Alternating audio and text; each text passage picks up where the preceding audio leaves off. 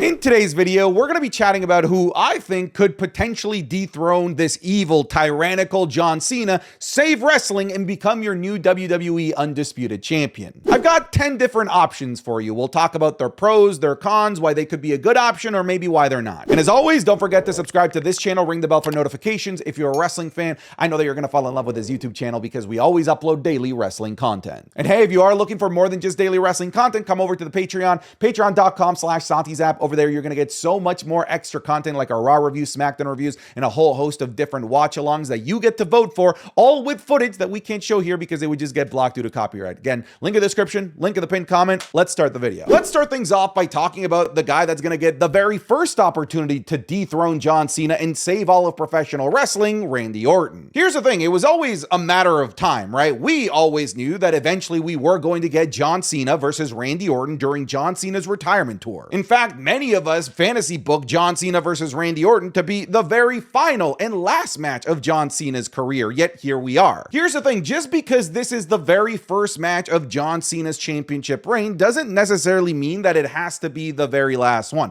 I could very well see us living in a world where Randy Orton gets multiple opportunities and maybe he is the one that eventually dethrones John Cena closer to the end of the retirement tour. I just personally feel like Randy Orton is a perfect, fantastic option to be the one to dethrone John Cena just based on the history that these guys have with one another. I know that a lot of people are going to want an up-and-coming young guy to try and take the torch away from John Cena so that we can elevate that youngster and for them to be the next superstar of the WWE. However, we don't always have to do that with the legends that are on their way out. Look how they treated Shawn Michaels' retirement. It wasn't a young up-and-comer that retired Shawn Michaels. It was another legend who had an intertwined career with them in The Undertaker. And I kind of like the idea of doing the same thing with somebody else that has an intertwined career with John Cena, Randy Orton. I don't think that Randy Orton is going to win at Backlash. If he does win, maybe it's via disqualification, but I don't think that Randy Orton is going to be the one to save professional wrestling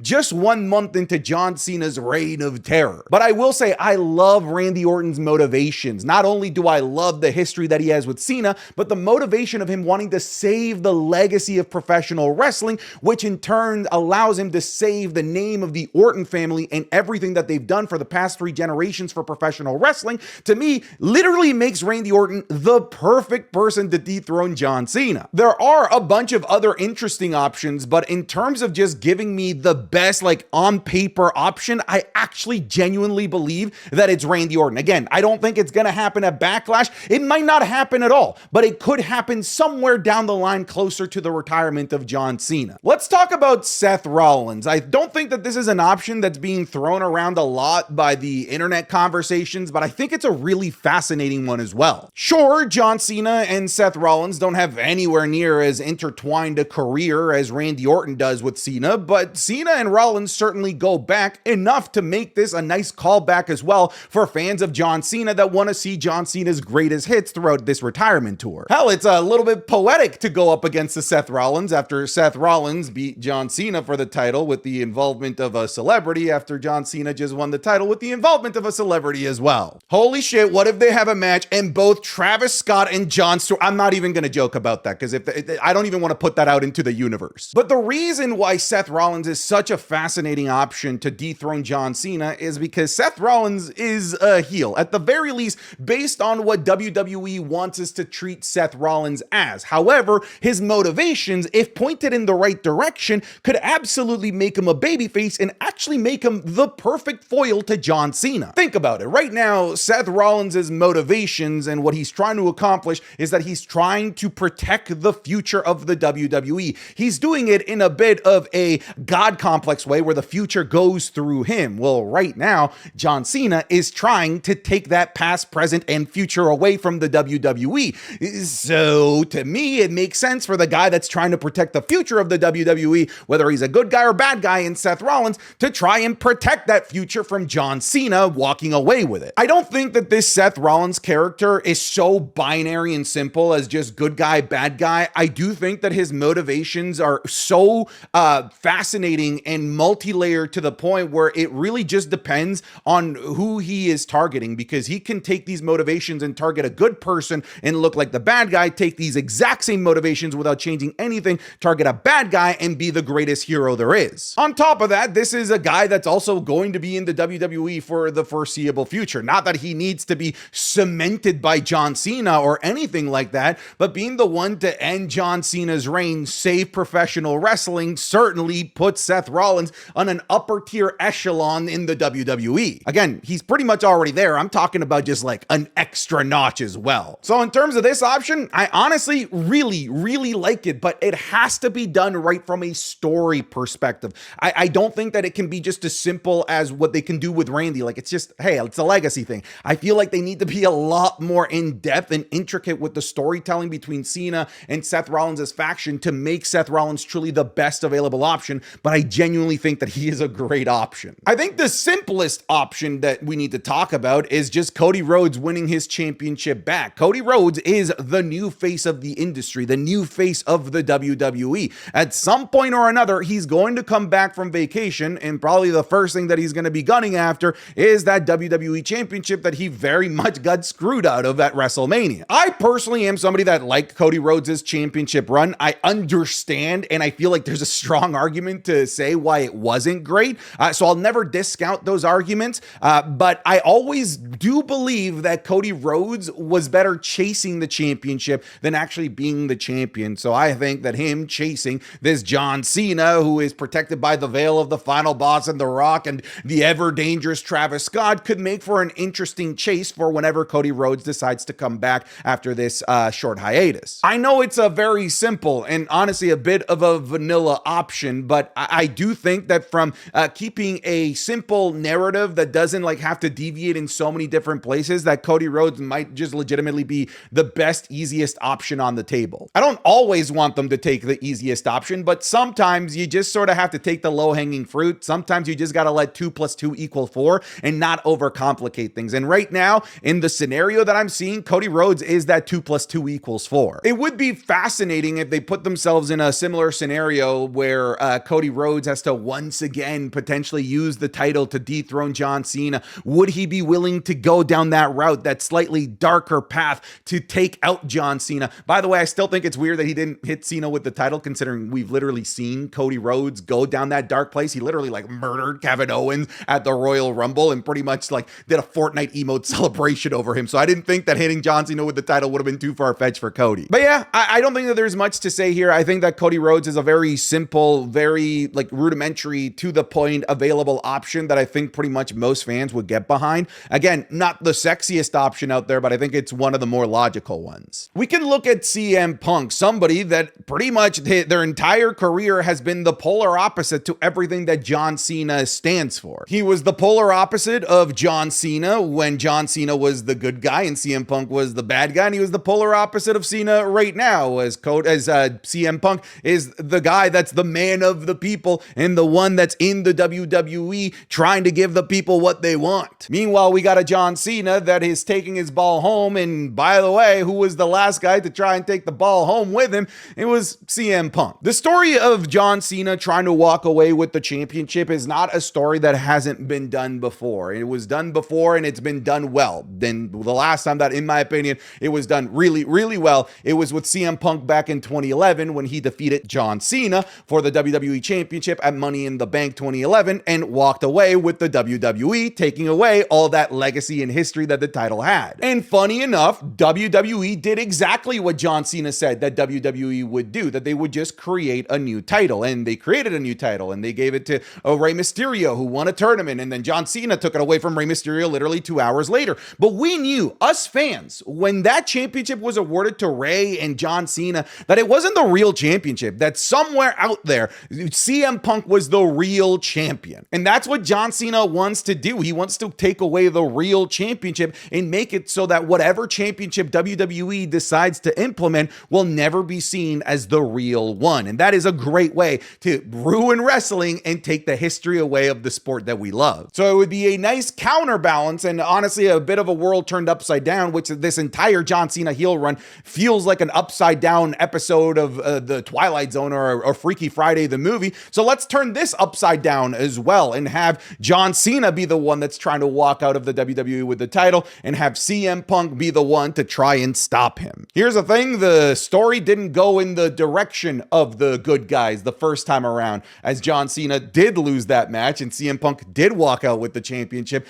So I could very well see the exact same story playing out the same way, with the bad guy walking out and the good guy not being able to stop the bad guy. But I would love to have John Cena and CM Punk interact with one another again. I felt like that little micro match that they had at Elimination Chamber really just brought back so many memories, much like how the interactions between Randy Orton and John Cena has over the last couple of weeks. I would love to revisit this as well, because in my opinion, this is arguably John Cena's most entertaining story-based feuds. Have to say the agility though.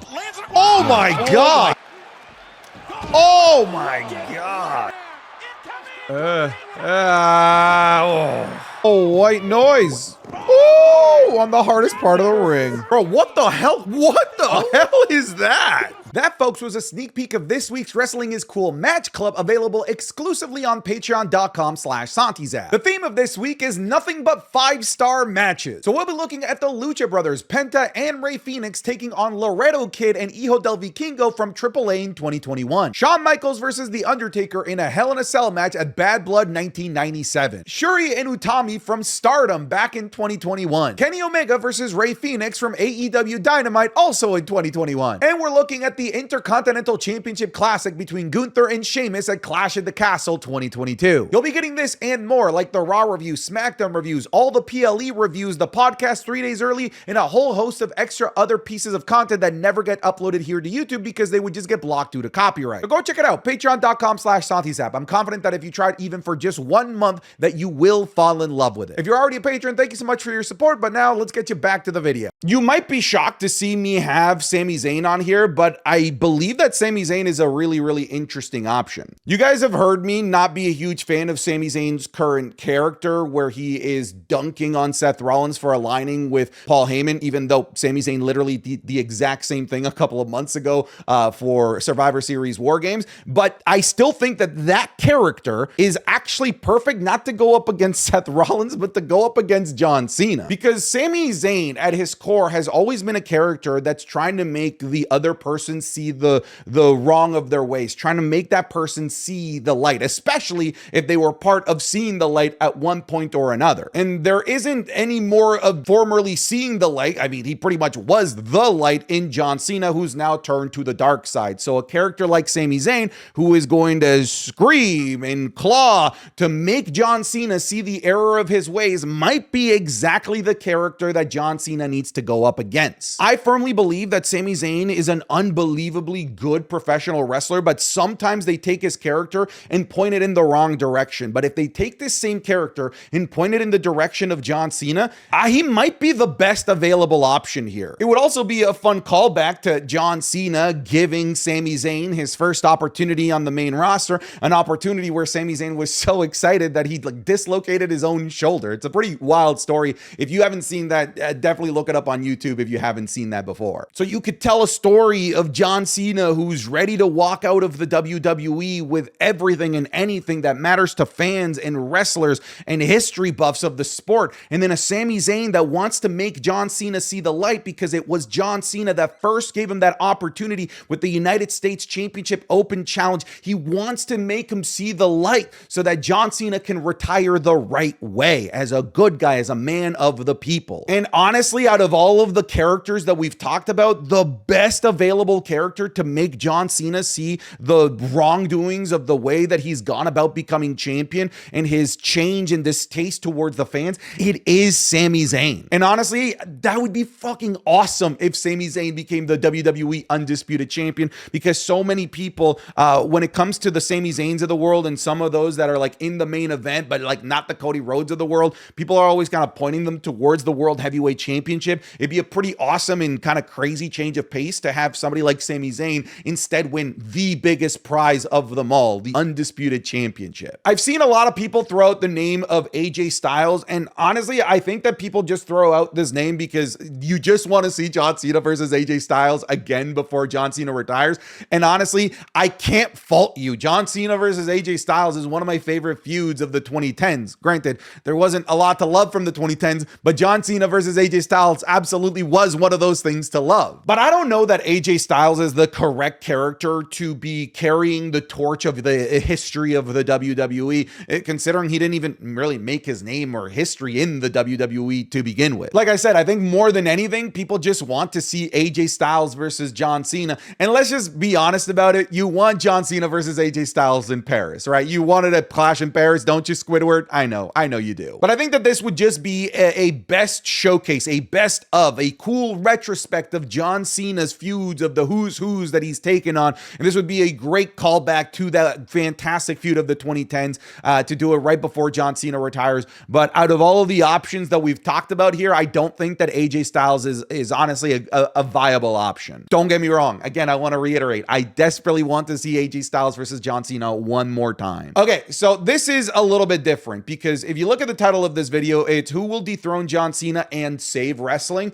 When it comes to R-Truth, I don't think that R-Truth is in any moment going to be dethroning John Cena and becoming your new WWE Undisputed Champion. But I do think that there is a world where R-Truth could be the one to save wrestling. We talked about Sami Zayn being the best available character to make John Cena see the light. I feel like the next best available option to make John Cena see the error of his ways might be R-Truth. R-Truth, in terms of the character that he plays, he's a shapeable, moldable character that has created a lot of his personality traits, especially recently, to his fandom of John Cena, because that's his childhood idol. And that's why we're actually seeing R-Truth be a little bit more heelish and defending John Cena when John Cena is clearly in the wrong. What if Cena sees what he's turning R-Truth into, and maybe that's what makes him kind of look internally and recognize that what he's doing is wrong? Obviously, this is a major stretch, but I do think that at some point or another, R-Truth may contribute to John Cena's downfall as an evil character,